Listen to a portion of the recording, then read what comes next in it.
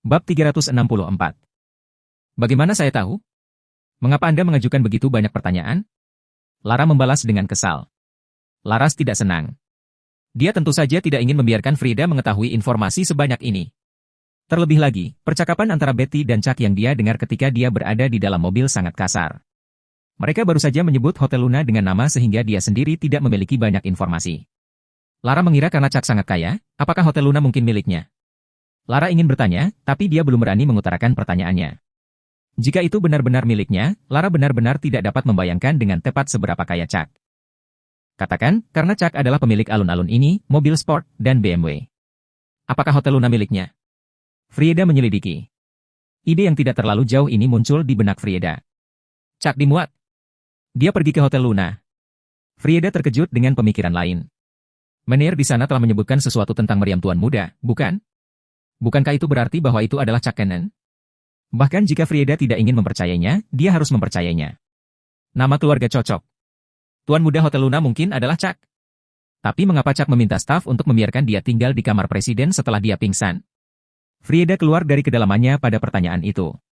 Bagaimana aku tahu? Lara balas lagi, kesal dengan pertanyaan terus-menerus. Jadi sekarang, apakah hotel itu juga milik Chuck?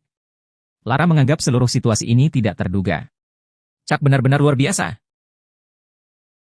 Apakah Anda ingin minum kopi? Jika tidak, silakan minggir. Berhentilah mencegah saya melayani pelanggan saya, kata Laras. Kemudian, Frieda pergi dengan linglung. Lara menatapnya selama beberapa saat. Sayangnya, dia mengeluarkan kunci mobil Chuck, mengambil fotonya untuk mengirim pesan WhatsApp ke Chuck, memberitahu dia bahwa itu miliknya.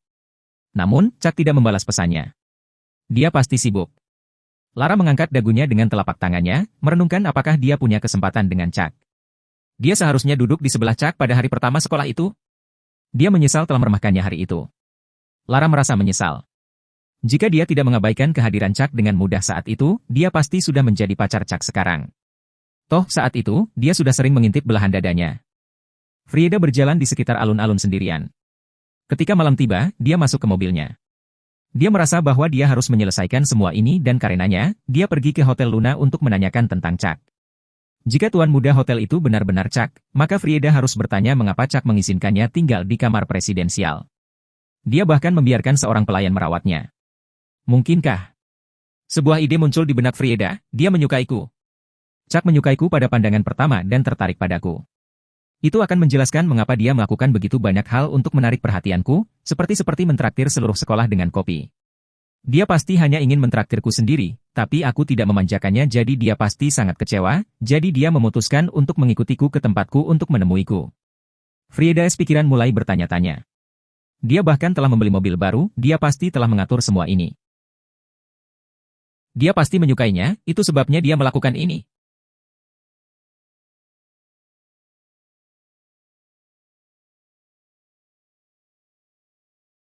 Frieda pergi ke Hotel Luna. Setibanya di sana, dia berjalan langsung ke meja depan, di mana tuan mudamu? Tanya Frieda. Frieda menganalisis kesimpulannya dan menganggapnya masuk akal. Itu semua karena dia cantik. Semua yang dilakukan Chuck adalah untuk menarik perhatiannya. Karena itu, ketika dia pingsan sebelumnya, dia meminta orang lain untuk merawatnya. Siapa yang tahu apa yang telah dilakukan Chuck padanya saat dia tidak sadarkan diri? Frieda mendengus. Dia bertanya-tanya mengapa Chuck bertindak sedemikian rupa untuk menarik perhatiannya. Frieda merasa bahwa dia harus mendapatkan jawaban yang lebih jelas. Bahkan jika Chuck menyukainya, dia pasti tidak menyukainya kembali. Frieda pergi ke Hotel Luna. Setibanya di sana, dia berjalan langsung ke meja depan, di mana tuan mudamu? Tanya Frieda. Tuan muda kami baru saja naik ke atas, jawab kecantikan di meja depan. Dia baru saja melihat Chuck dan Betty naik ke atas. Apakah nama tuan muda Anda Chuck Cannon? Frieda bertanya lagi, menolak untuk mundur. Saya tidak yakin tentang itu, jawab resepsionis. Dia pasti tidak akan membocorkan apapun. Frieda memelototinya dan melanjutkan berjalan menuju lift. Dia menekan tombol yang akan membawanya ke lantai atas. Karena Chuck adalah tuan muda, dia pasti akan berada di lantai paling atas. Paling tidak, dia akan berada di kamar yang beberapa lantai di bawah presidential suite. Namun, Frieda tiba-tiba menyadari bahwa mungkin apa yang dia lakukan agak bodoh. Dia jelas menyukainya, mengapa dia harus mengambil inisiatif untuk mencarinya? Bukankah ini yang dia inginkan? Dia berpikir dalam kepalanya. Frieda merasa bahwa dia tidak bisa menyerah pada itu. Pria harus datang kepadanya, bukan sebaliknya. Dia harus membiarkannya datang padanya. Jika dia terus melakukan omong kosongnya untuk menarik perhatiannya, Frieda mengira dia bisa membiarkan Chuck menambahkan nomornya di WhatsApp. Frieda mendengus dan berbalik, siap untuk pergi. Dia belum pernah mengambil inisiatif terhadap seorang pria sebelumnya, hal yang sama berlaku untuk mengajukan pertanyaan. Ketika Chuck tidak tahan lagi, dia pasti harus datang untuk menemukannya sendiri. Ini adalah cara untuk bermain dengan seorang pria. Jangan pernah dipaksa untuk menyatakan cinta Anda terlebih dahulu, para wanita. Namun, saat ini, sebelum Frieda berbalik dan pergi, pintu lift terbuka dengan ding. Chuck dan Betty keluar. Chuck khawatir. Benar saja, Yvette akhirnya pergi. Tetapi dia baru saja meneleponnya, memberitahu dia bahwa Lisa ingin pergi, jadi dia tidak punya pilihan selain mengikutinya juga. Lisa benar-benar tidak tahan untuk tinggal di sini lagi. Lisa sangat malu, dia bahkan tidak bisa menghadapi Chuck. Bagaimanapun, dia telah menahan tatapan pria itu pada tubuh telanjangnya ketika dia menenangkannya. Namun, Chuck juga ada di sana untuk melihatnya dan Lisa benar-benar ingin bunuh diri karena malu. Tapi yang tidak dia ketahui adalah bahwa Chuck sama sekali tidak memikirkan Lisa. Dia benar-benar tidak bersalah, tetapi pada saat ini, kepolosan tidak masalah sedikit pun. Lisa sombong, jadi mengapa dia mau tetap di sini? Untungnya, Yvette memberitahu Chuck di mana dia berada. Chuck ingin pergi menemuinya secara rahasia. Jika Yvette menghilang lagi, Chuck benar-benar tidak akan memiliki keinginan untuk melanjutkan studinya sama sekali. Chuck ingin menemukan tempat yang aman bagi Yvette dan membantunya menyelesaikan masalahnya dengan Damon. Bagaimanapun, Chuck benar-benar tidak tahan bahwa Yvette masih dalam bahaya. Bagaimana jika sekelompok orang lain datang menyerangnya lagi? Bagaimana jika seseorang akhirnya membawa Yvette pergi? Chuck tidak bisa membiarkan itu terjadi. Dia melangkah keluar dari lift, berjalan keluar dengan Betty di belakangnya. Frieda mendengus pelan. Oh, dia pasti tuan muda, oke? Ya, kurasa aku telah jatuh cinta pada tipuanmu. Kamu benar-benar membawaku ke sini. Pikir Frieda. Segala sesuatu yang dia inginkan terjadi telah tercapai. Frieda tidak senang. Apakah dia datang agar dia bisa mengakui perasaannya? Frieda merasa tidak enak tentang itu. Aku pasti tidak akan setuju. Jadi bagaimana jika dia memiliki seluruh plaza, sebuah mobil sport, dan merupakan putra dari pemilik Hotel Luna? Pikirnya, merasa kesal. Apakah dia sekaya Harun? Akan lebih baik baginya untuk membelikannya beberapa barang, mungkin $5 juta untuk dibelanjakan. Jika dia melakukannya, dia mungkin mempertimbangkan pacarannya. Namun, pada tahap ini, Frieda ingin menampar wajah Chuck, bersiap untuk menolaknya sekejam mungkin. Dia bukan seseorang yang bisa dianggap enteng. Dia sudah memikirkan kata-kata yang tepat yang akan dia gunakan untuk menolaknya, tetapi Chuck telah berjalan melewatinya, berjalan lurus bahkan tanpa meliriknya. Frieda tercengang. Beraninya dia bermain denganku seperti itu? Apakah dia benar-benar mencoba memaksaku untuk melakukan langkah pertama? Frieda berpikir tidak percaya. Bagus. Frieda marah. Dia baru saja melihat Chuck pergi dengan acuh tak acuh, dia bahkan tidak melihat ke arahnya. Frieda mengamuk. Jika dia tidak berhenti sekarang, aku akan menendang wajahnya. Apakah dia pikir dia layak untuk menyukaiku? Pikirnya, kemarahan menutupi pikirannya. Berhenti. Frieda tidak bisa menahan diri dan dia berteriak. Sejujurnya, Chuck sebenarnya pernah melihat Frieda. Apa yang dilakukan wanita bodoh ini di sini? Apakah dia datang ke sini untuk menuduhku sebagai pencuri lagi? Dia pikir. Tentu saja, Chuck tidak mau diganggu untuk memperhatikannya. Chuck akan menemui Yvette, dan dia harus bertemu dengan Lisa agar mereka bisa menyelesaikan masalah. Bagaimanapun, Lisa adalah ibu mertuanya. Dia harus memastikan dia baik-baik saja dengannya sehingga dia bisa bersama Yvette. Apa yang ingin dia lakukan adalah meyakinkan Lisa bahwa dia tidak melihat apa-apa hari itu. Hei, aku menyuruhmu berhenti. Teriak Frieda, mengejar. Betty mengernyit mendengarnya. Chuck akhirnya berhenti dan berbalik untuk menatapnya. Apa yang kamu inginkan? Dia bertanya, putus asa. Chuck, kau benar-benar hebat. Kau mungkin pria paling licik yang pernah kutemui. Frieda melotot saat dia berbicara. Kamu melakukan begitu banyak, hanya untuk apa? Mencari perhatianku? Apakah kamu tidak bosan dengan itu semua? Dia bertanya dan kemarahannya jelas dalam nada suaranya. Betty terkejut dengan itu. Apa? Apa yang dilakukan tuan muda? Apa yang kamu bicarakan? Tanya Chuck sambil mengerutkan kening. Apa yang dibicarakan si idiot ini? Kapan aku pernah melakukan itu? Dia bertanya-tanya, merasa tersesat. Apakah Anda membutuhkan saya untuk mengejarnya kepada Anda? Frieda mencibir. Nah, dengarkan. Anda mentraktir seluruh sekolah dengan kopi, hanya untuk membuat saya memperhatikan Anda. Anda pergi ke tempat tinggal saya, Anda juga membeli mobil. Anda sengaja menabrak Aaron, bukan? Atau apakah kamu hanya melakukan itu untuk mendapatkan perhatianku? Frieda terdiam, bertanya-tanya. Jadi apa yang kamu coba katakan? Tanya Chuck tidak sabar. Dia sudah kehabisan akal. Hanya ada satu alasan yang membuatmu melakukan tindakan seperti itu, dan alasan itu adalah karena kamu menyukaiku. Frieda menyimpulkan, seringai dingin terpampang di wajahnya saat dia melakukannya. Betty sedikit bingung saat itu. Apakah tuan muda menyukai Frieda? Tapi itu tidak mungkin. Dia berpikir untuk dirinya sendiri. Chuck dikejutkan oleh klaim seperti itu dari wanita bodoh ini. Jadi maksudmu aku menyukaimu? Dia bertanya. Kamu masih berpura-pura, bukan? Trikmu berakhir sekarang. Aku tidak menyukaimu, oke? Frieda meludah, suaranya dipenuhi dengan rasa jijik. Bab 365. Setelah Frieda mengucapkan kata-kata itu, dia merasa sangat bahagia dengan dirinya sendiri. Ini adalah caranya. Hanya Frieda sendiri yang bisa memilih suaminya sendiri. Jenis metode yang diterapkan Chuck hanya untuk menarik perhatiannya membuatnya jijik. Melihatnya saja sudah membuatnya kesal, tapi sekarang, dia merasa lebih baik. Seharusnya aku menampar wajahnya saja, pikirnya dengan gusar. Dia bertanya-tanya apakah Chuck kesal dengan penolakannya yang langsung. Apakah dia akan memohon padanya karena putus asa sekarang? Mungkin, mengakui cinta abadi untuknya. Apapun yang dia lakukan, Frieda tetap akan menolaknya. Dia merasa dirinya bersinar dalam kegembiraan saat pikiran itu datang padanya. Kau tidak perlu menolakku, kata Chuck, masih agak terlempar oleh wanita itu. Dia benar-benar bodoh. Kapan dia pernah dengan sengaja mencoba menarik perhatiannya? Kapan dia pernah menyukainya? Dia menjadi paranoid, bukan? Pikirnya pada dirinya sendiri. Apakah dia benar-benar berpikir dunia berputar di sekelilingnya? Mengapa dia memiliki pemikiran seperti itu? Betty terdiam. Gadis ini cukup berani, kepercayaan dirinya menembus atap. Yvette, pacar tuan muda jauh lebih cantik darimu, dan sosoknya lebih baik darimu.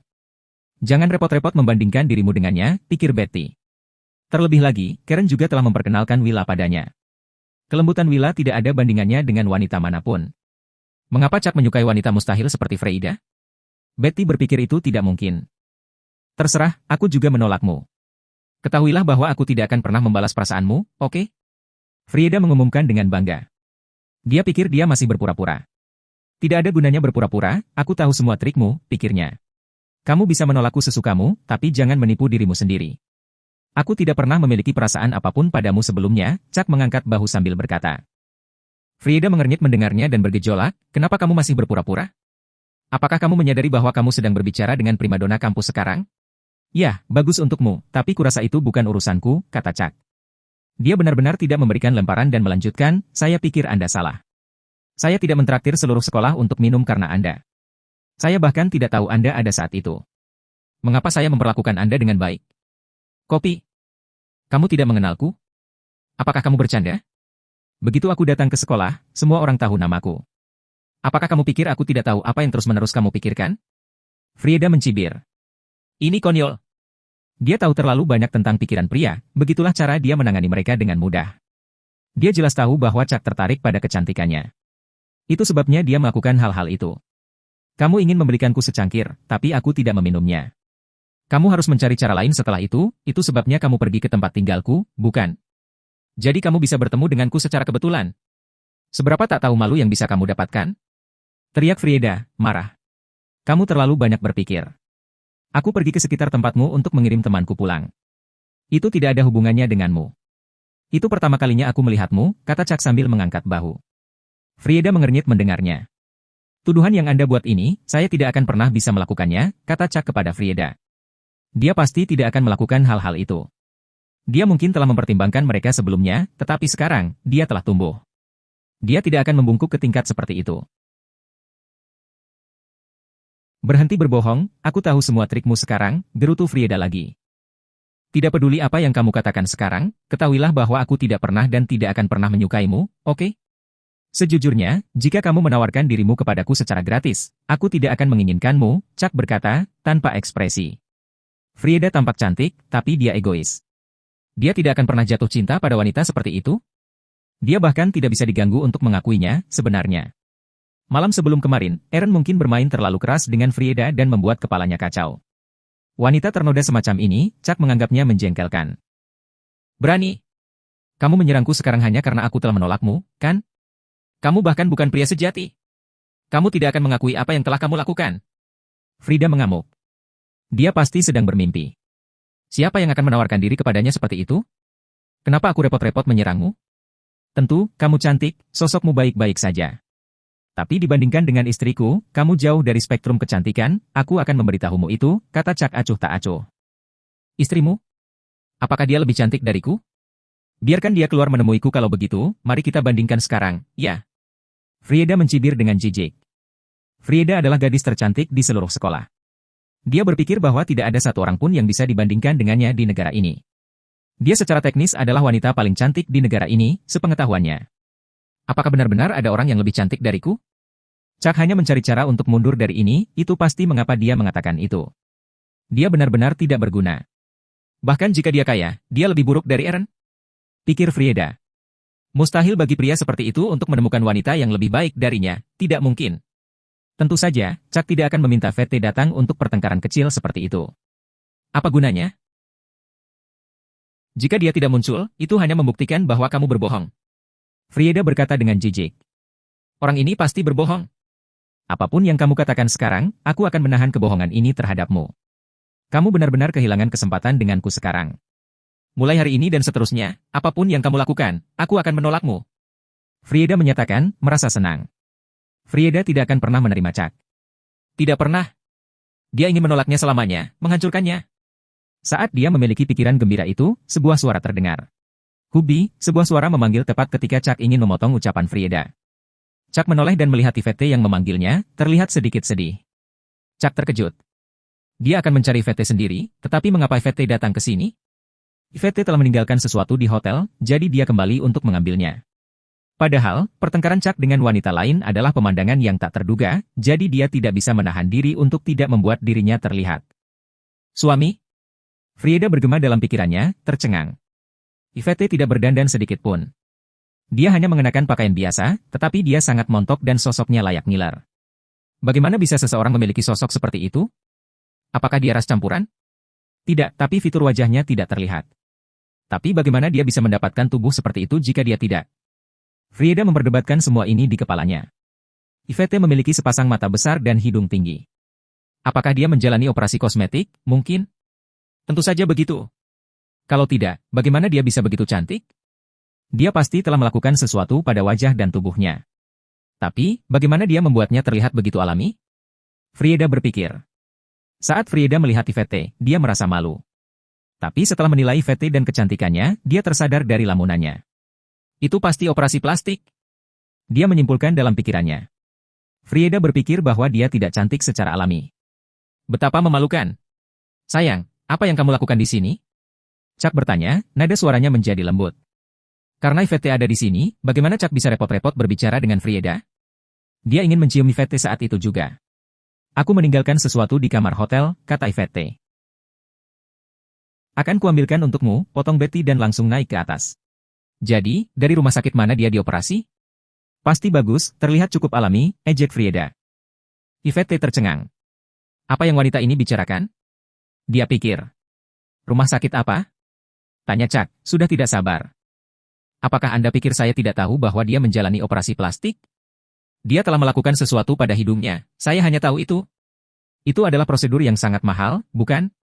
Frieda mendekat, mengejek Yvette saat dia melakukannya. Cak tanpa sadar melirik Yvette dan mendapati dia tertegun tak bisa berkata-kata. Saya tidak pernah menjalani operasi plastik, akhirnya Yvette berhasil keluar.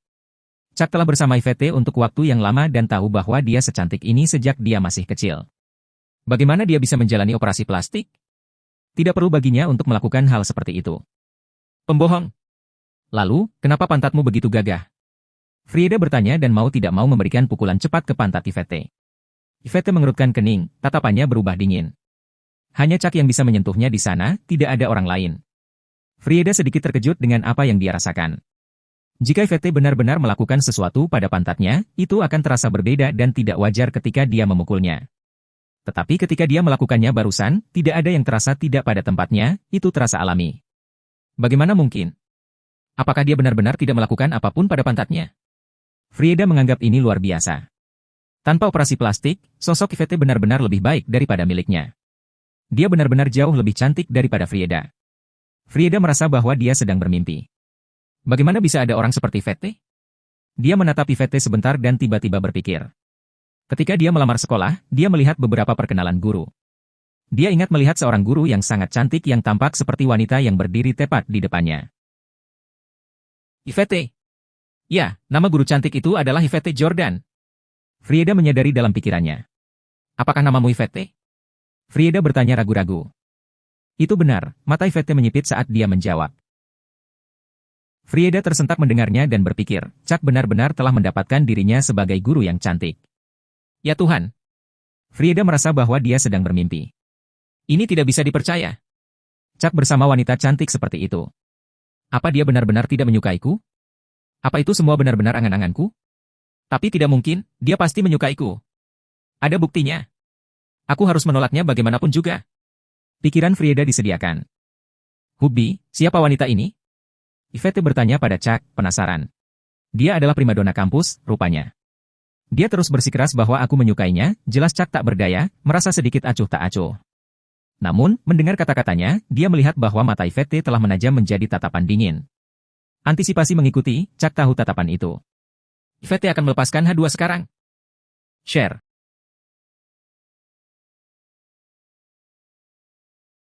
Bab 366. Suamiku, apakah kamu menyukainya? Yvette bertanya, menatap Chuck. Aku tidak menyukainya, jawab Chuck sambil mengangkat bahu. Dia sama sekali tidak menyukai Frieda. Wanita ini agak terlalu percaya diri. Hanya karena seseorang telah melihatnya, dia pikir mereka menyukainya dan sedang dalam misi pengejaran. Saraf. Bagaimana bisa ada wanita seperti itu? Dia bertanya-tanya. Mendengar ini, Frieda marah dan berkata, bagaimana kamu bisa berani mengatakan itu? Aku gadis tercantik di kampus. Kamu. Tiba-tiba ucapan Frieda terputus. Jadi bagaimana jika kamu adalah primadona kampus? Saya sudah menjadi primadona kampus selama saya di sekolah, tetapi itu tidak berarti apa-apa. Bahkan sekarang, saya adalah guru tercantik di universitas, tapi apa artinya? Hanya karena kamu tercantik di kampus bukan berarti suamiku menyukaimu, oke? Kenapa dia malah menyukaimu? Apa kamu pikir kamu lebih cantik dariku? Yvette bertanya dengan berapi-api. Kamu. Frieda bahkan tidak bisa menyelesaikan kalimatnya, wajahnya terasa panas seperti ditampar. Jika Yvette tidak menjalani operasi plastik, maka untuk pertama kali dalam hidupnya, Frieda merasa tidak bisa membandingkan dirinya dengan seorang wanita. Mata dan hidung Yvette terlalu bagus untuk disaingi. Apakah kamu memiliki sosok yang lebih baik dariku? Lanjut Yvette. Dia mengira sosoknya sendiri baik-baik saja. Chuck selalu menatapnya dengan mata penuh nafsu setiap kali punggungnya menghadap ke arahnya, dia tahu ini. Jadi dia pikir dia harus cukup fit untuk menjamin reaksi seperti itu. Aku. Frieda tersipu, tidak dapat berbicara. Sosok Yvette yang sempurna membuatnya merasa malu dengan tubuhnya sendiri. Benar, jadi sekarang kita sudah menetapkan itu, mengapa menurutmu suamiku akan menyukaimu? Yvette bertanya lagi. Chuck tidak bisa tidak melihat sosok Yvette saat dia memproses kata-katanya. Yvette merasakan tatapan Chuck dan dia berbalik untuk menatapnya. Hubby, aku akan menunjukkan diriku kepadamu nanti, kamu bisa menatap selama yang kamu suka, Yvette memberitahu Chuck dengan genit. Chuck sangat bersemangat. Yvette adalah wanita yang sangat pengertian. Namun, apakah itu berarti dia dan Yvette pada akhirnya akan bersama? Begitu Chuck memikirkan hal ini, keinginannya sedikit berkurang. Jadi, katakan padaku. Mengapa suamiku menyukaimu? Yvette terus bertanya pada Frieda. Frieda terdiam. Aku lebih muda darimu. Tentu saja, dia lebih suka gadis yang lebih muda. Frieda akhirnya menjawab. Frieda telah mendapatkan kembali ketenangannya. Jadi bagaimana jika dia terlihat lebih baik dariku? Dia masih tua, siapa yang tidak menganggap masa muda menarik? Pikir Frieda. Ya, kamu lebih muda dariku, tetapi suamiku menyukai wanita yang lebih tua, Yvette memandang Chuck ketika dia mengatakan ini. Inilah yang dia rasakan benar. Lagi pula, Chuck memang memiliki hubungan yang rumit dengan Zelda. Apakah dia menyukai wanita berusia 30-an? Yvette berpikir dalam hati, merasa putus asa karena dia tidak berpikir dia harus dimasukkan dalam daftar. Chuck tersenyum. Yvette benar-benar memahaminya. Memang, dia lebih suka wanita yang lebih tua. Dia telah tinggal bersama Yvette yang beberapa tahun lebih tua darinya sejak dia masih kecil. Ditambah lagi, dia telah kehilangan keperawanannya karena Zelda, jadi wanita dewasa benar-benar memukul sedikit berbeda dengan Chuck. Frieda tersipu mendengarnya, jantungnya berdegup kencang. Dia sangat marah. Bahkan jika dia tidak menyukaiku, dapatkah kamu menjamin bahwa dia tidak akan menyukai orang lain? Dia berkata, mencengkeram sedotan sekarang. Kenapa aku harus membiarkan dia menjanjikan hal seperti itu padaku? Aku baik-baik saja selama dia menyukaiku. Lagi pula, Suamiku tidak akan pernah menyukaimu, kamu tahu itu, kan? Yvette mencibir sebagai tanggapan. Frieda sangat siap untuk mengubur dirinya dalam lubang karena malu. Chuck sebenarnya tidak menyukainya, kalau begitu? Ya, dia akan menyesal pada akhirnya. Pesonaku tak tertahankan, dia akan jatuh cinta padaku bagaimanapun juga. Dan ketika saat itu tiba, aku akan menolak perasaannya, memberikan tamparan keras ke wajahnya yang menyebalkan. Frieda berpikir dalam hati. Frieda tidak tahan lagi di sana. Kata-kata Yvette telah menyakitinya, dia mendengus marah, bersiap untuk pergi. Namun, Yvette telah pergi dan menamparnya, mengejutkan Frieda dengan konyol. Kenapa kamu memukulku? Frieda marah sekarang, matanya berlinang air mata. Jauhi suamiku, apa kamu mendengarku? Juga, kamu benar-benar tidak menarik seperti yang kamu pikirkan, kamu harus menyadarinya. Yvette memperingatkannya. Frieda menangis karenanya. Kata-kata Yvette memotongnya dalam-dalam, dia merasa sedikit tercekik oleh penghinaan itu. Kemudian, Frieda berlari keluar dari tempat itu sambil menangis. Chuck senang. Wanita bodoh itu membutuhkan panggilan bangun yang baik seperti ini, pemukulan yang baik di belakangnya. Saat Frieda berlari keluar, dia menatap pasangan itu dengan tatapan penuh kebencian dan bergumam, tunggu saja, Chuck Cannon. Aku akan membuatmu jatuh cinta padaku suatu hari nanti dan kamu akan menjadi budakku selama sisa hidupmu. Kehidupan. Hubby, kamu tidak berbohong padaku, kan?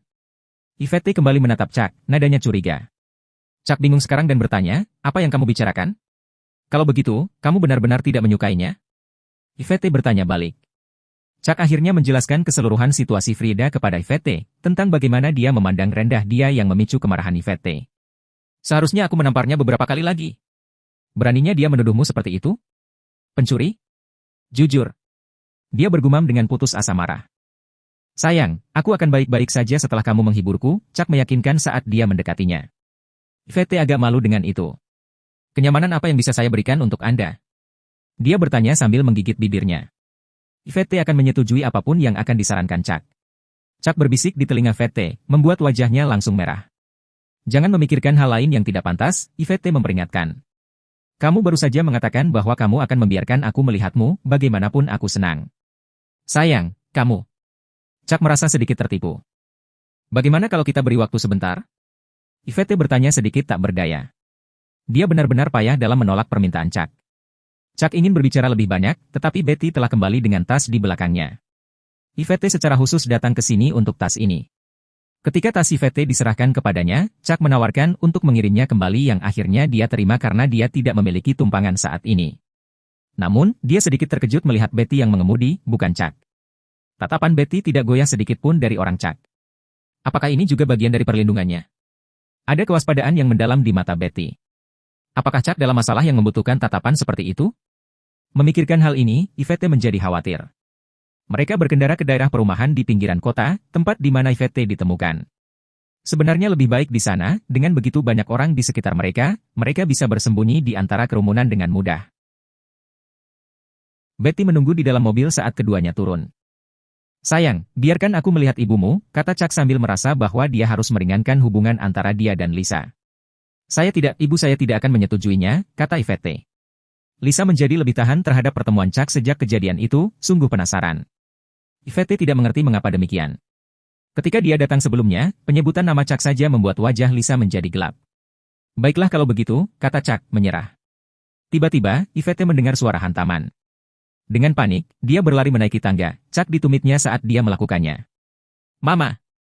Yvette berteriak begitu dia menemukan Lisa. Dia sedang mencuci piring, dan sepertinya dia telah memecahkan mangkuk. Ketika Lisa melihat Chuck, rasa malu yang dia rasakan di hatinya tampak berlipat ganda, wajahnya menjadi gelap. Kenapa kau membiarkannya masuk? Lisa bertanya pada Yvette dengan cemberut jelek. Apakah Lisa salah paham? Aku tidak melakukan apapun padanya hari itu, gumam Chuck pada dirinya sendiri. Chuck sejujurnya bahkan tidak bisa mengingat seperti apa Lisa saat telanjang karena kepanikan saat itu telah menguasai dirinya. Yvette merasa sedikit terluka karenanya. Bu, suamiku, Chuck. Dia mencoba menjelaskan. Chuck merasa bahwa dia perlu melakukan obrolan pribadi dengan Lisa terlebih dahulu sebelum melakukan hal lain. Sayang, kenapa kamu tidak membiarkan aku berbicara dengannya sendirian? Chuck menyarankan kepada Yvette. Suamiku, apakah kamu yakin? Yvette khawatir Lisa akan tiba-tiba menyerang Chuck. Jika sesuatu terjadi, tidak akan ada gunanya penyesalan. Chuck mengangguk, merasa yakin pada dirinya sendiri. Yah, Bu, jika tidak apa-apa, silakan mengobrol dengan Chuck, kata Yvette kepada ibunya, berjalan ke pengawal Lisa dan kedua wanita itu kemudian berjalan keluar. Segera, Chuck dan Lisa ditinggalkan sendirian di kamar. Lisa merasa malu. Dia terpaksa membunuh Chuck atau mungkin bunuh diri tepat di depannya. Chuck telah melihat sesuatu yang tidak seharusnya dia lihat, dan mereka berdua tahu itu. Bibi, kupikir kau dan Yvette berada dalam situasi berbahaya sekarang. Yvette belum belajar banyak seni bela diri. Jika sesuatu terjadi, kalian berdua akan berada dalam bahaya besar. Kalian berdua untuk menginap di hotel ibuku, saran Chuck lembut. Chuck berpikir itu adalah cara terbaik untuk menjaga mereka tetap aman. Apakah kamu pikir aku akan pergi ke sana? Aku benar-benar ingin membunuhmu, apakah kamu tahu itu? Lisa menyatakan dengan marah. Kenapa kamu ingin membunuhku? Chuck membantah. Kenapa kamu berpura-pura? Kamu melihatku hari itu. Lisa tiba-tiba berhenti berbicara. Sulit baginya untuk mengungkapkan apa yang telah terjadi dengan kata-kata. Dia lebih baik mati daripada membicarakannya. Bibi, kamu terlalu banyak berpikir. Aku benar-benar tidak melihat apa-apa hari itu. Aku hanya ingin bersama Yvette, Chuck serius.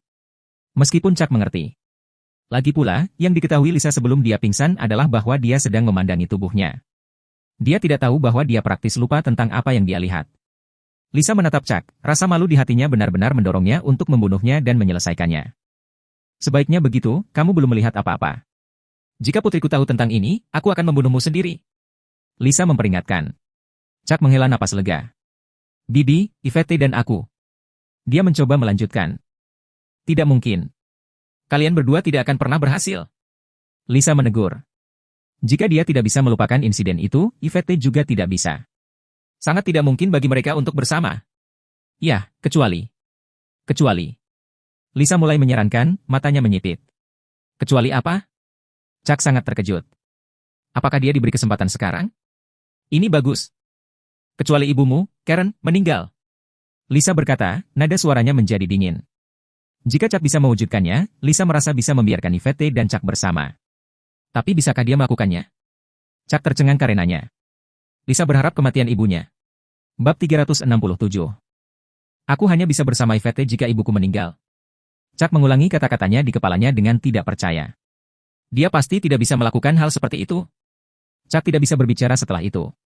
Dia melirik wajah keras Lisa dan berkata, Bibi, saya pikir Anda harus istirahat lebih awal. Chuck kemudian berbalik dan berjalan pergi.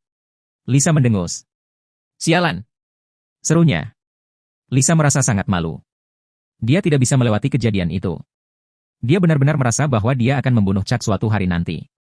Mengapa Chuck harus melihat dirinya dalam keadaan seperti itu hari itu?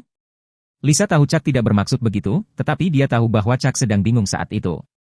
Namun, ini bukan sesuatu yang bisa dengan mudah dimaafkan dan dilupakan Lisa. Dia ingin menggali mata Chuck hanya untuk melihat. Setelah Chuck keluar, pengawal Lisa langsung masuk. Yvette memandang Chuck dan mendapati bahwa dia sedih. Hatinya sakit karena dia tahu bahwa dia pasti dimarahi oleh ibunya. Hubi, jangan sedih, kata Yvette sambil menghiburnya. Chuck menghela nafas mendengarnya. Apakah Yvette dan dirinya sendiri adalah kekasih yang bernasib sial? Chuck berpikir sambil memeluknya. Yvette bisa merasakan sikap frustrasi Chuck dan dia merasa sedih untuknya. Hubi, jangan terlalu banyak berpikir. Aku akan selalu menjadi milikmu, oke? Aku tidak akan membiarkan siapapun menyentuhku. Kamu satu-satunya yang aku izinkan untuk itu, oke? Yvette mencoba meyakinkan Chuck. Inilah yang dipikirkan Yvette. Ketika dia di sekolah, dia merasa jijik dengan setiap orang yang ingin mengejarnya. Dia tahu dia dijadwalkan untuk menjadi milik Chuck ketika semua kemajuan itu membuatnya sakit karena itu tidak datang darinya sendiri. Jika ada orang lain yang secara tidak sengaja menabrak tangannya, dia akan langsung merasa malu, merasa seperti telah mengkhianati Chuck. Meski hanya kontak biasa. Chuck tidak ingin melakukan apapun selain memeluk Yvette. Dia merasa aman dan hangat seperti itu. Namun, dia tidak tahu berapa lama dia bisa terus melakukan ini. Chuck menghela napas panjang. Berhentilah mendesah. Aku akan menghabiskan malam ini bersamamu, oke? Apapun yang ingin kamu lakukan, lakukanlah. Aku memberimu persetujuanku, oke? Yvette menghiburnya, teliti. Dia merasa bahwa ini adalah satu-satunya cara dia benar-benar bisa menghiburnya. Mereka hanya perlu menggunakan perlindungan dan mengambil tindakan hati-hati. Chuck tergerak oleh itu dan memeluknya erat-erat. Chuck ingin bertanya kepada Karen tentang masalah ini. Namun, tidak peduli apa, Chuck tidak akan pernah membiarkan ibunya mati di tangannya, dia juga tidak akan menyerah pada Yvette. Apakah kamu menginginkanku, Hubi? Yvette bertanya, suaranya rendah. Dia tidak percaya kata-kata seperti itu keluar dari mulutnya, dia pasti dipengaruhi oleh Chuck. Chuck pada dasarnya adalah anak yang sudah dewasa. Dia perlu dibujuk, dihibur, dan dia harus didengarkan. Yvette sudah mengetahuinya.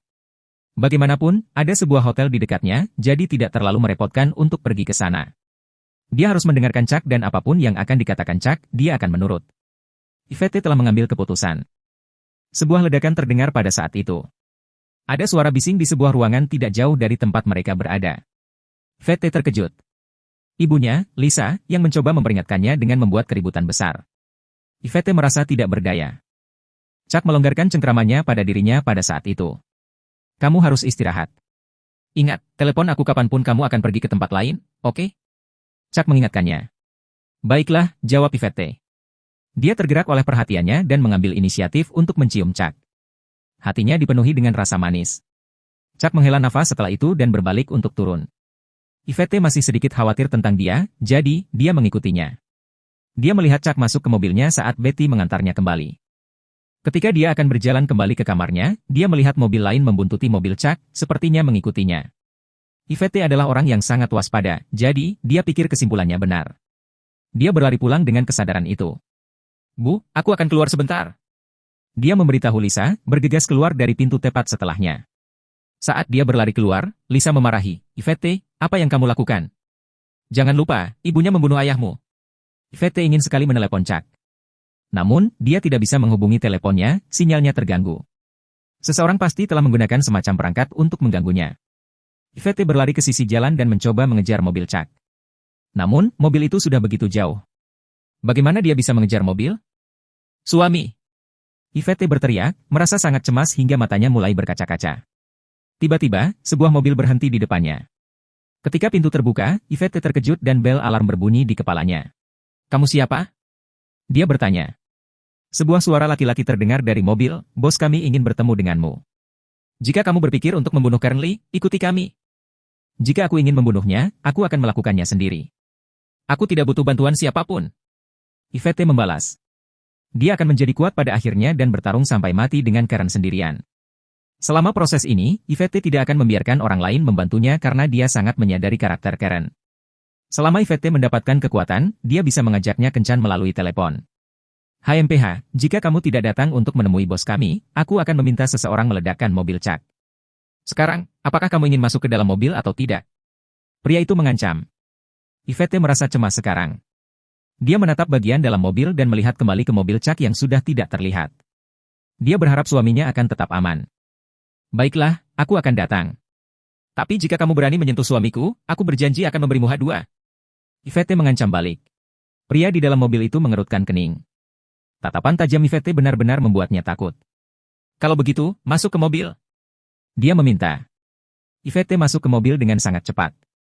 Setelah berbelok di tikungan, mereka melaju lurus ke depan ke suatu tujuan. Yvette telah melirik orang-orang ini berulang kali dan dia sudah merencanakan lebih dari 10 cara untuk melarikan diri kapan saja jika dia merasa dia dalam bahaya. Sekitar setengah jam kemudian, mereka akhirnya tiba di tempat itu. Itu adalah sebuah villa. Masuk sendiri, bos kita sudah menunggu di dalam, kata pria itu. Yvette mengerutkan kening dan keluar dari mobil.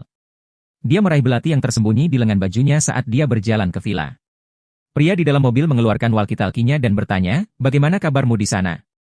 Sebuah suara serius datang dari sisi lain dan menjawab, kita tidak bisa mengikuti mereka terlalu dekat.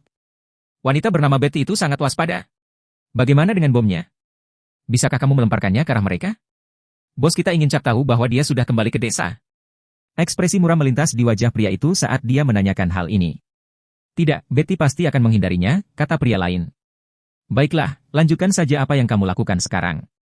Ikuti mereka. Perintahnya, memutuskan komunikasi. Ketika Yvette masuk ke villa, tidak ada lampu yang dinyalakan di ruang tamu. Namun, dia bisa melihat seorang pria duduk santai di sofa, memiringkan gelas anggurnya dari sisi ke sisi di tangannya. Ini adalah sepupu Chuck, Duncan Lee. Dia sudah kembali ke negara itu. Duduklah, perintah Duncan. Siapa kamu dan mengapa kamu mengikuti Chuck? Yvette bertanya langsung. Kamu tidak perlu tahu siapa aku. Kamu hanya perlu tahu bahwa semuanya ada di bawah kendaliku. Kamu hanyalah pion untuk bermain denganku, kata Duncan sambil menyesap anggur dengan senyum di bibirnya. Menghadapi. Yvette mengerutkan kening pada itu. Hanya aku yang bisa membantumu jika kau ingin Karen terbunuh, karena aku mengenalnya. Aku tahu bagaimana dia bertarung, tambah Duncan. Aku tidak butuh bantuanmu. Yvette membantah. Kamu tidak membutuhkan bantuanku? Tanpa bantuanku, mustahil bagimu untuk membunuhnya. Namun, itu mungkin saja mengingat Karen sudah berusia 40-an. Mungkin setelah kamu mencapai usia 40-an juga, Karen mungkin sudah berada di peti matinya. Mungkin saja kamu membunuhnya jika kamu mencoba membunuh pada saat itu. Tapi, apakah kamu bersedia menunggu 10 tahun lagi? Duncan memberitahu Yvette. Yvette menatapnya, tatapannya berubah dingin. Jangan berpikir bahwa hanya karena lampu padam aku tidak bisa melihat ciri-cirimu dengan benar. Kamu agak mirip Karen, tahu. Apakah dia ibumu? Tanya Yvette. Dia tidak pantas menyebut dirinya ibuku. Dia hanya salah satu adik perempuan ayahku, cibir Duncan, sorot matanya berubah sengit. Jadi, kamu sepupu Chuck. Tapi kenapa kamu mencoba menyakitinya? Tanya Yvette bingung. Mungkinkah mereka memperebutkan warisan? Saya bukan sepupunya. Chuck tidak memenuhi syarat untuk berhubungan dengan saya dengan cara apapun. Dia tidak berguna, kata Duncan. Aku tidak akan membiarkanmu berbicara tentang dia seperti itu. Yvette berbicara untuk Chuck dan nada suaranya terpotong. Kamu? Tidak mengizinkanku? Aku sudah lama menginginkan dia mati, tahu. Satu-satunya alasan dia hidup sekarang hanyalah untuk hiburanku. Dia hanya sesuatu yang aku mainkan, mengerti? Duncan menyeringai ketika dia berkata. Yvette tidak tahan dengan pelecehan verbal ini dan tidak bisa menahan diri untuk tidak membela Chuck. Apa yang baru saja kukatakan? Berhentilah membicarakan dia seperti itu. Tiba-tiba, ledakan keras terdengar. Duncan telah menendang Yvette dengan keras dan dia jatuh. Dia terkejut. Bagaimana saya bisa begitu rentan? Apakah semua pelajaran bela diri saya sebelumnya tidak berguna? Yvette berpikir tanpa daya. Dia merasa bahwa dia akan pingsan. Jatuh itu terlalu menyakitkan. Hanya itu yang kamu miliki? Kalian berdua sampah, bukan? Namun, kamu masih ingin membunuh Karen? Kalau terus begini, kamu lebih baik menunggu dia mati sendiri, kata Duncan. Yvette berhasil merangkak kembali meskipun kesakitan, tekad yang kejam di matanya. Dia tidak akan takut. Dia bahkan bisa mati di sini, tapi dia tidak bisa membiarkan Chuck dalam bahaya. Alasan saya meminta Anda untuk datang ke sini adalah untuk meminta bantuan dari Anda. Saya akan membantu Anda berurusan dengan sepupu Anda, dan Anda akan membantu saya dengan satu hal, supaya saya bisa sedikit bersenang-senang. Apakah itu bisa diterima? Apakah Anda punya kesepakatan? Duncan menawarkan sambil tersenyum. Yvette mengabaikannya dan mencoba menyerangnya dengan putus asa. Duncan mengerutkan kening dan menendangnya lagi. Yvette jatuh ke tanah dengan mudah dan memuntahkan darah.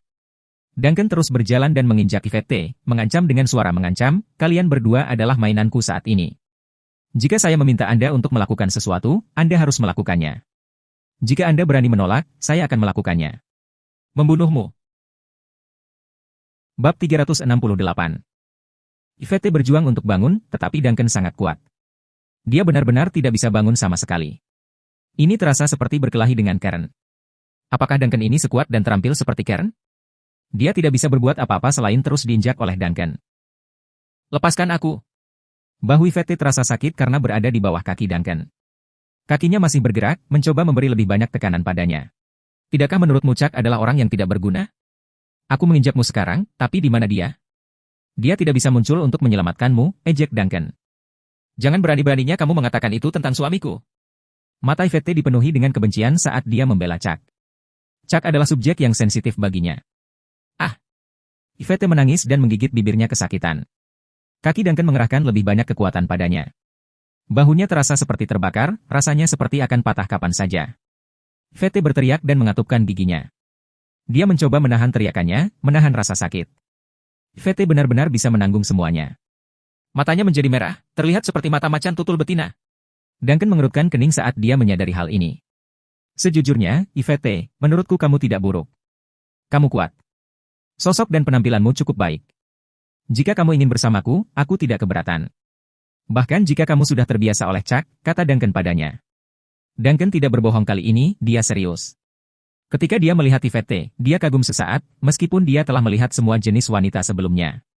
Dia memiliki kekaguman ini hanya untuk 3 wanita yang pernah dikenalnya. Mereka adalah Willa dari Central City, pembunuh di Amerika Serikat, dan yang ketiga adalah Yvette.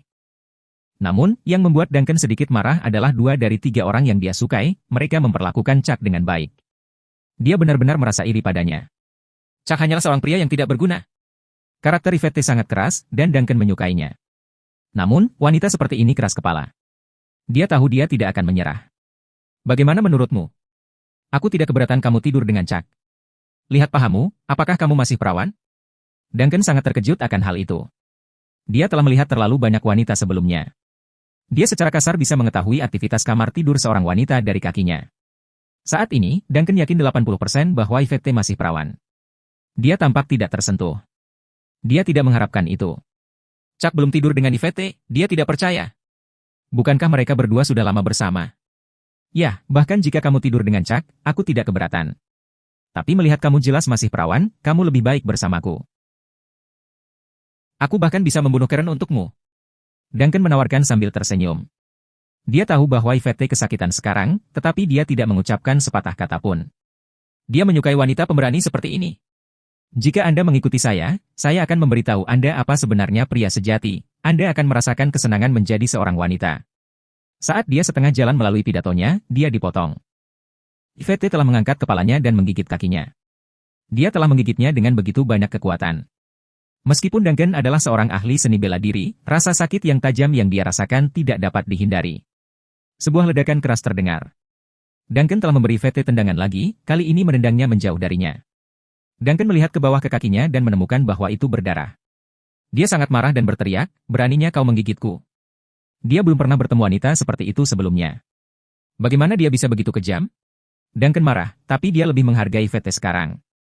Wanita seperti itu akan membuatnya bahagia jika dia akhirnya berhasil menaklukkannya.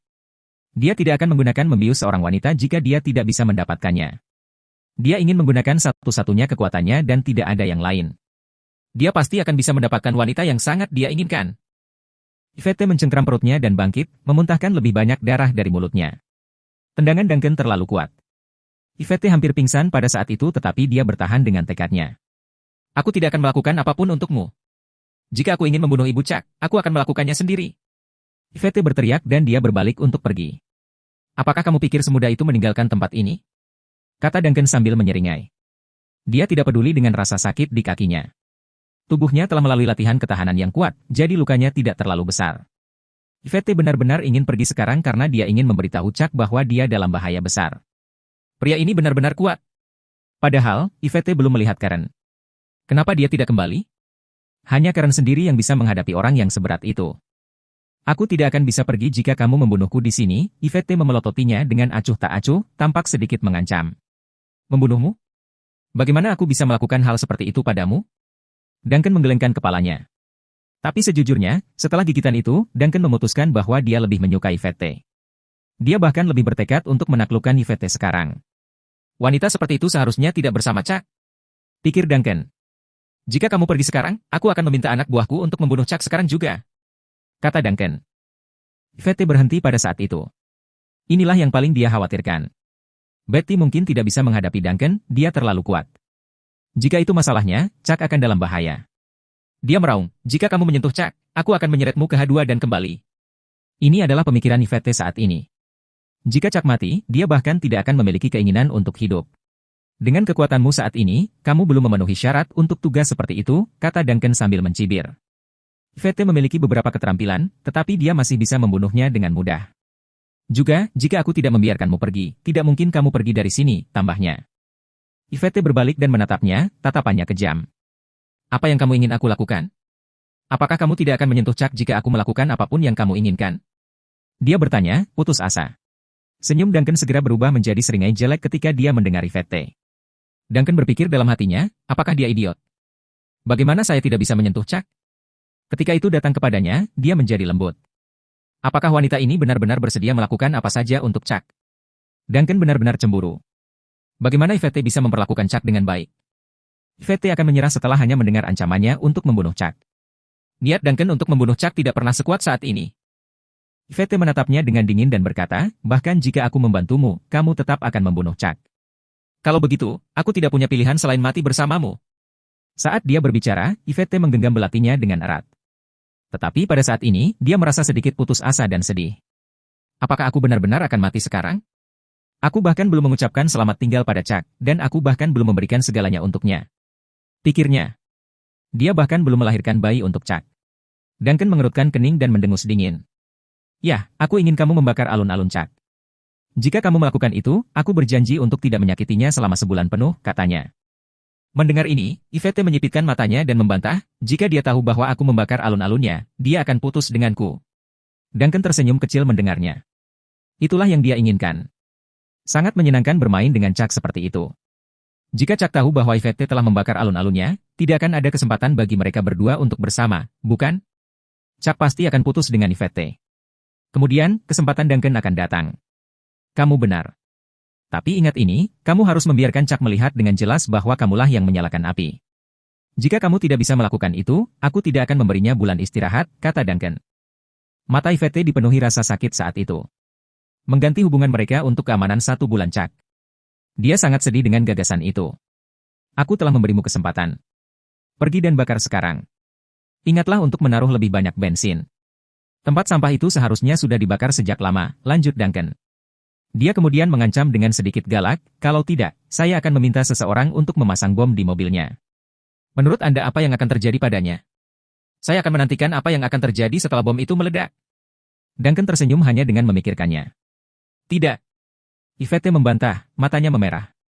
Chuck pasti akan mati seperti itu. Mobil akan terbalik? Jika kamu tidak ingin itu terjadi, maka lakukan apa yang aku katakan. Duncan mengingatkannya. Yvette berjuang. Setelah mengambil keputusan, wajahnya menjadi pucat saat dia berkata, ingat apa yang kamu katakan. Kamu berjanji akan memberi Chuck sebulan. Yvette harus memastikan. Dia kemudian berbalik dan berjalan keluar setelah itu. Dia sangat marah, air mata mengalir di matanya.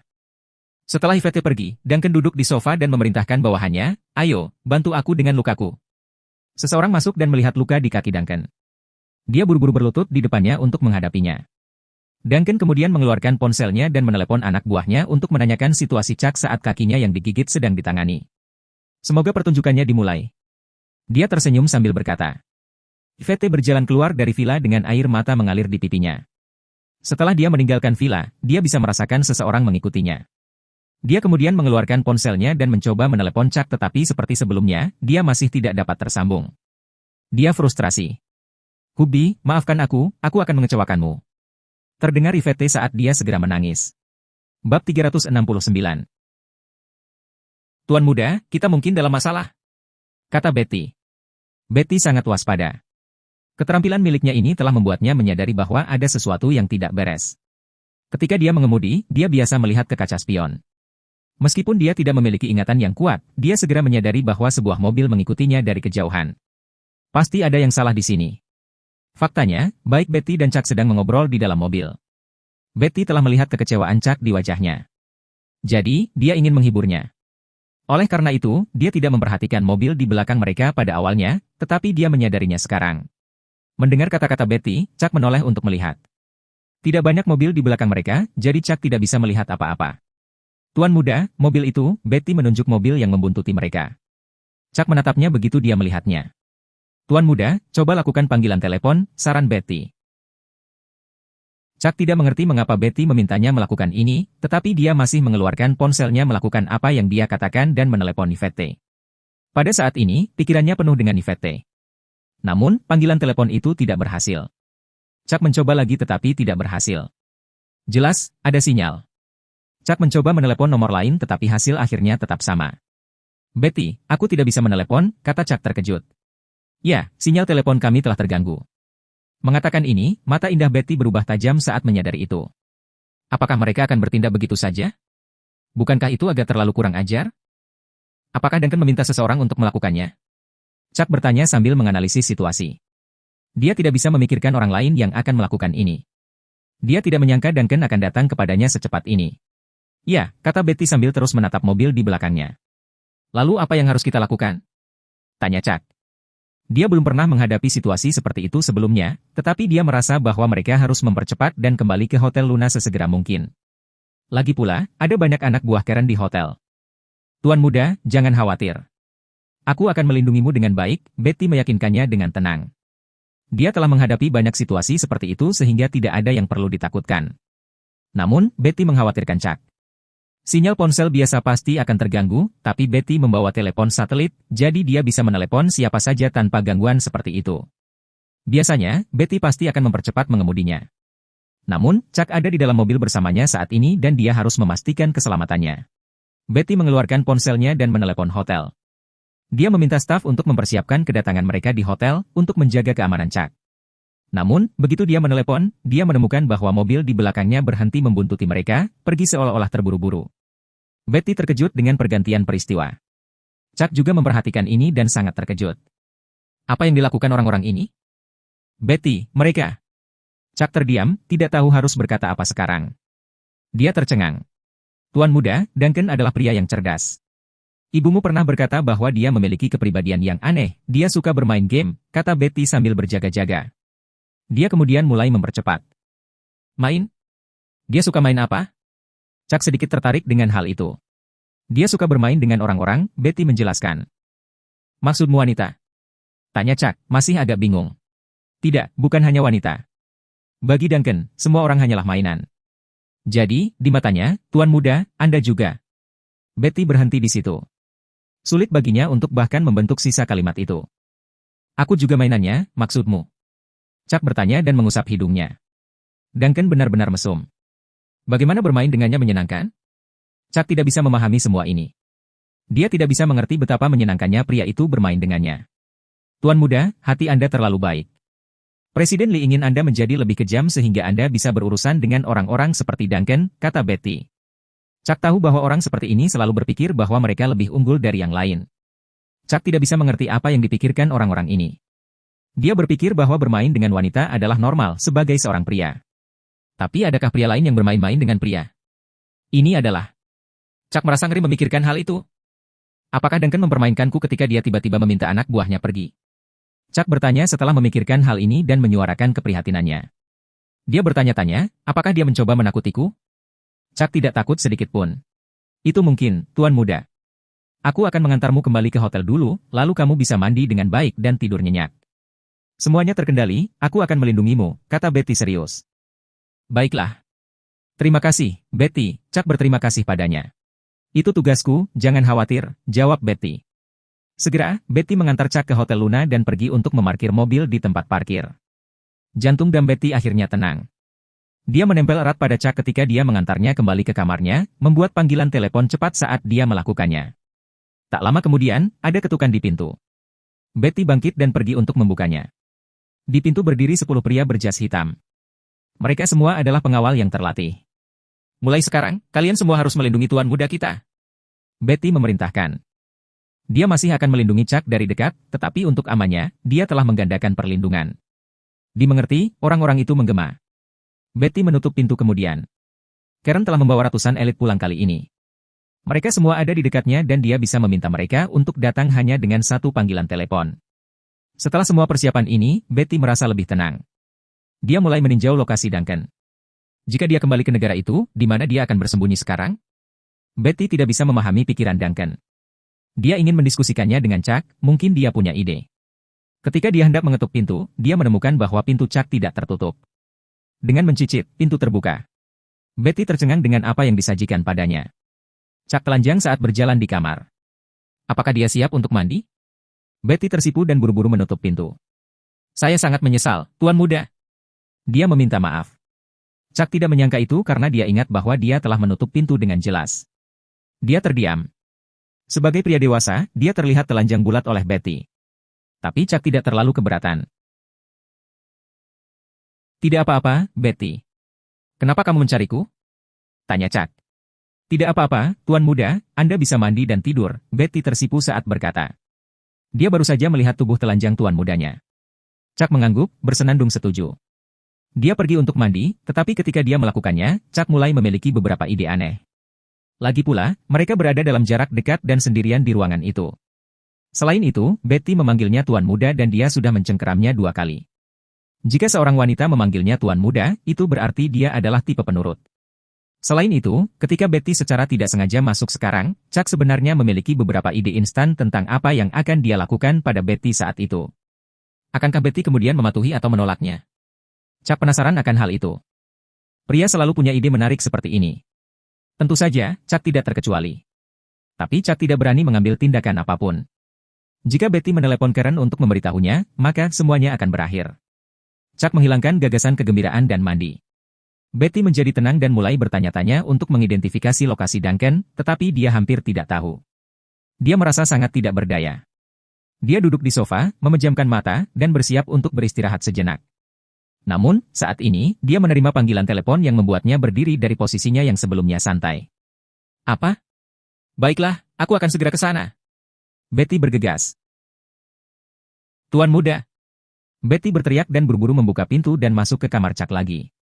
Dia menangkap Chuck saat dia baru saja keluar dari kamar mandi. Dia telanjang lagi. Kali ini, Chuck merasa malu. Dia telah dilihat telanjang 2 kali oleh Betty. Apa yang sedang terjadi? Tapi itu tidak masalah. Mereka berdua bahkan sekarang. Betty tidak menunjukkan ekspresi apapun di wajahnya, tetapi rona merah yang menyebar di wajahnya mengkhianatinya. Maaf, Tuan muda. Silakan pakai pakaian Anda. Sesuatu yang buruk telah terjadi. Betty berbalik ketika dia menyampaikan berita ini. Ketika Chuck mendengar kata-kata Betty, dia segera mengenakan pakaiannya. Jika tidak ada yang penting, Betty tidak akan menerobos masuk seperti ini. Chuck segera berpakaian dan berjalan ke arahnya. Bet, apa yang terjadi? Dia bertanya. Plaza. Itu terbakar, kata Betty serius. Wajah Chuck jatuh. Insiden dengan kafe Lara baru saja diselesaikan. Bagaimana bisa kebakaran terjadi saat ini? Itu pasti Duncan. Pikir Chuck. Niat untuk membunuh terlihat jelas di mata Chuck. Bawa aku ke alun-alun, pintanya. Ya, Tuan muda, Betty menurut. Mereka kemudian pergi, tetapi ada orang-orang yang berdiri di pintu, menghalangi jalan mereka. Kalian semua, ambil alat pemadam api dan pergi ke alun-alun Tuan muda sekarang. Betty memerintahkan. Ya Bu. Mereka bergema, segera menurut. Saat Chuck dan Betty tiba di tempat parkir dan masuk ke mobil, Betty melaju secepat mungkin untuk membawa Chuck ke alun-alun. 1 menit kemudian, 20 kendaraan off-road meninggalkan tempat parkir hotel bersama-sama, semuanya mengikuti mobil Betty. Pemandangan spektakuler ini membuat kagum orang-orang yang berjalan di sepanjang jalan. Chuck cemas.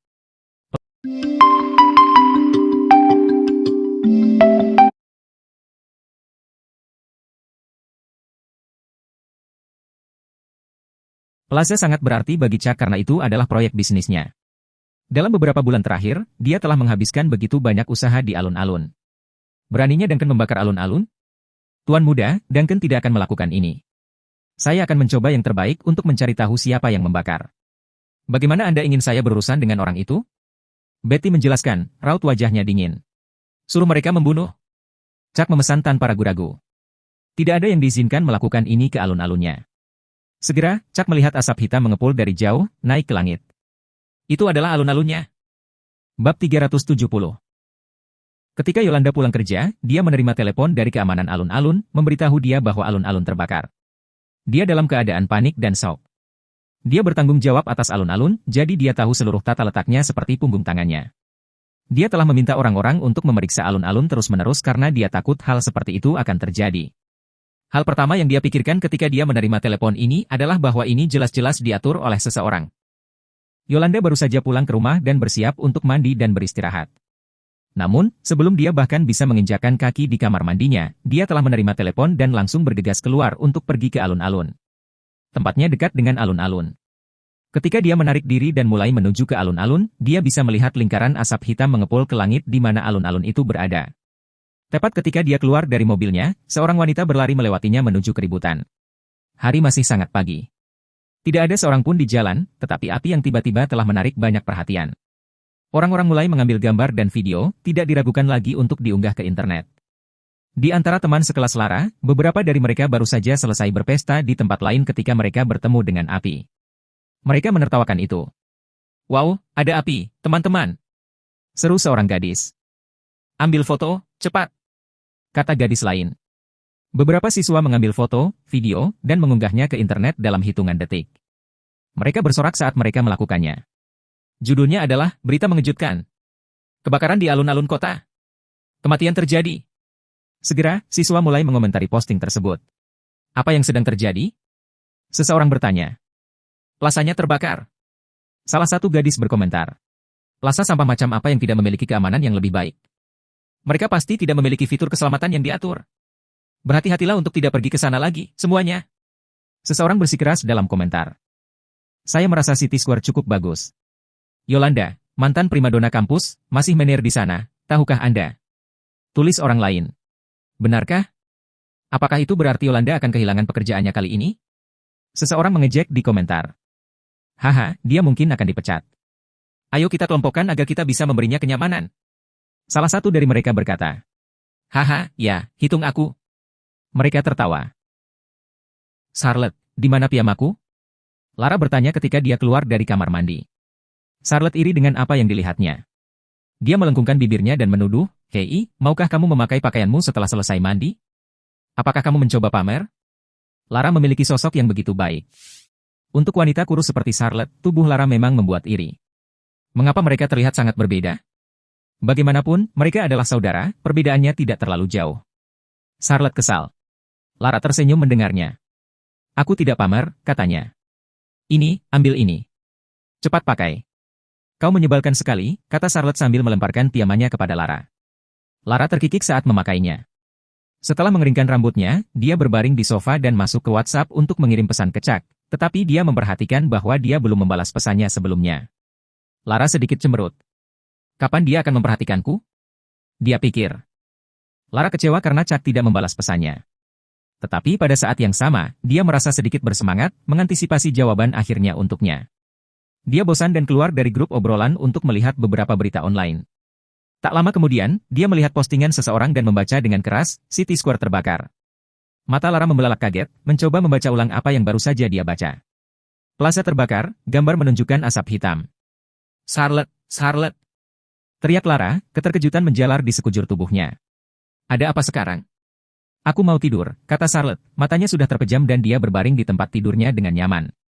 Dia memiliki hari kerja yang panjang keesokan harinya, dan dia kelelahan sekarang. Ini tentang City Square, alun-alun Chuck terbakar. Lara menjelaskan sambil melompat dari tempat tidur, mengganti piamanya dengan tergesa-gesa. Charlotte terduduk kaget mendengarnya. Apa katamu? Dia bertanya tidak percaya. Alun-alun kota terbakar? Apa yang sedang terjadi? Cepat, ayo pergi ke alun-alun. Lara sudah memakai bajunya. Charlotte tercengang, mengikuti tindakan Lara juga. Keduanya bergegas keluar dan naik taksi dengan tergesa-gesa. Mungkinkah Chuck masih ada di dalam gedung? Lara bertanya keras-keras, cemas. Dia tidak khawatir tentang kafenya karena melihat foto-foto online, kafenya sepertinya tidak berada dalam garis api. Tapi ini adalah alun-alun milik Chuck yang mereka bicarakan. Aku juga tidak tahu tentang itu, kata Charlotte cemas. Tuan, tolong. Bisakah Anda mengemudi sedikit lebih cepat? Dia melanjutkan untuk bertanya kepada sopir taksi. Quinn sedang tidur dan bermimpi tentang Chuck. Dalam mimpinya, dia mengadakan pertemuan di ruang konferensi. Chuck telah menerobos masuk ketika dia berada di tengah-tengahnya dan memaksa dirinya ke arahnya, membawanya sesuka hatinya. Dalam mimpinya, dia mencoba melawan, tetapi Chuck terlalu kuat, dia seperti binatang buas. Pada titik tertentu, Quinn terkejut saat bangun dan dia duduk dengan marah. Apa yang aku impikan? Dia bertanya pada dirinya sendiri, merasa sedikit kesal. Ia mengusap kepalanya frustasi. Dia tidak bisa tidur kembali. Setelah membolak-balik, dia bertanya-tanya, kapan Chuck akan mentraktirku makan malam? Quinn berada dalam dilema. Dia menatap langit-langit, tidak tahu harus berbuat apa. Tiba-tiba, ponselnya berdering. Dia meliriknya dan berencana untuk membiarkannya berdering karena sudah jam 2 pagi. Namun, dengan gusar lembut, Quinn akhirnya menjawab telepon. Sebuah suara datang dari sisi lain. Presiden Miller, ada sesuatu yang terjadi di City Square, orang itu memberitahu. Quinn langsung duduk saat itu. Katakan padaku, apa yang terjadi? Dia menuntut. Dia bangkit dari tempat tidurnya dan mulai mengenakan beberapa pakaian. Plaza terbakar, jawab orang itu. Kebakaran? Apa yang terjadi? Quinn bertanya dengan cemas. Aku benar-benar tidak tahu. Tiba-tiba saja terbakar. Kata orang itu lagi. Lalu, kenapa kamu tidak membantu memadamkannya? Quinn balas berteriak. Dia menutup telepon pada saat itu. Setelah dia memakai pakaiannya, dia mulai berlari keluar. Ya ampun, Chuck, apa yang kamu lakukan sekarang? Plazamu terbakar. Dia pikir. Zelda, di sisi lain, bertemu dengan situasi yang sama. Dia tidak bisa tidur kembali. Ibunya telah meneleponnya, bersikeras agar dia membawa Chuck pulang bersamanya untuk berkunjung atau dia akan menghampirinya. Zelda berada dalam dilema. Dia tidak bisa lagi menyusahkan Chuck, dan dia bahkan tidak tahu bagaimana meminta bantuan seperti itu. Dia memutuskan untuk duduk saja. Tidak lama kemudian, dia mendapat telepon di teleponnya. Dia ragu-ragu pada awalnya tetapi tetap mengambilnya. Mendengar berita itu, dia tercengang konyol. Apa? Api? Aku akan segera ke sana. Dia menjawab dengan cepat.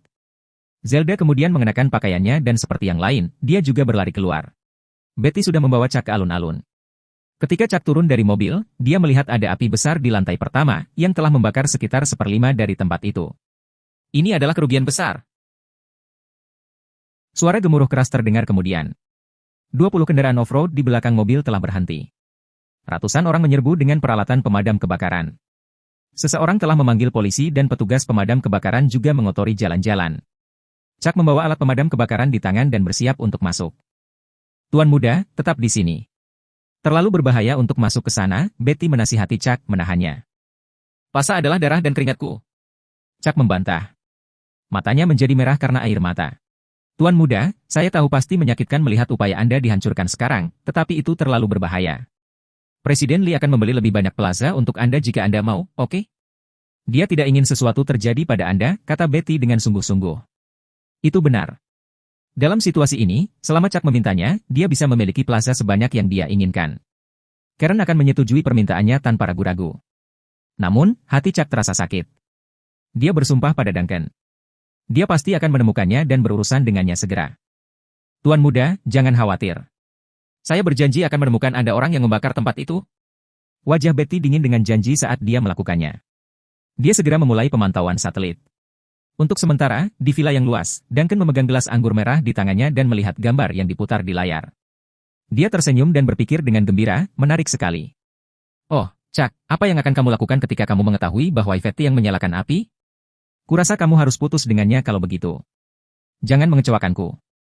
Yvette akan menjadi milikku cepat atau lambat. Tawa Duncan semakin menggila saat dia melihat api semakin besar dan besar, menelan alun-alun perlahan. Di sisi Chuck, Yolanda berlari ke arahnya. Chuck, maafkan aku. Ini salahku, aku tidak melakukan pekerjaanku. Dia bergegas keluar. Chuck melihat Yolanda berantakan saat dia membantu memadamkan api.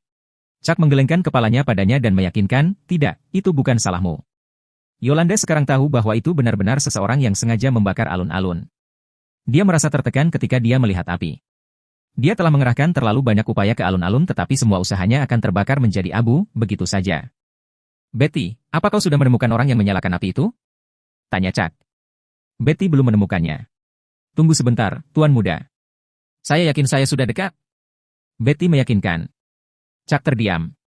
Matanya berubah menjadi dingin. Orang ini, siapapun mereka, benar-benar mencari kematian. Pada saat ini, sekelompok petugas pemadam kebakaran datang untuk memadamkan api. Adegan itu sangat kacau, tetapi Yolanda mengatakan bahwa tidak ada seorang pun di alun-alun pada saat itu sehingga seharusnya tidak ada korban. Banyak orang datang untuk menonton.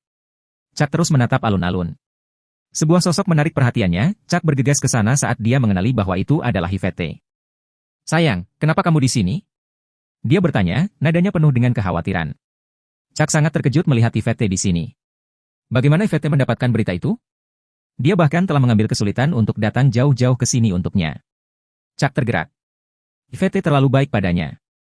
Ini sudah sangat larut, tapi dia masih mengkhawatirkannya. Chuck berjalan mendekat dan memeluknya. Tubuh Yvette bergetar.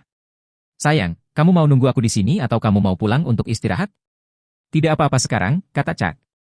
Dia merasakan Yvette gemetar dan mengira dia kedinginan. Aku. Yvette terisak keras. Dia tidak bisa mendapatkan kata-kata langsung. Dia tahu bahwa begitu dia memberitahu Chuck tentang apa yang baru saja dia lakukan, Chuck akan marah padanya dan hubungan mereka akan berakhir. Dia tidak akan lagi memanggilnya istrinya.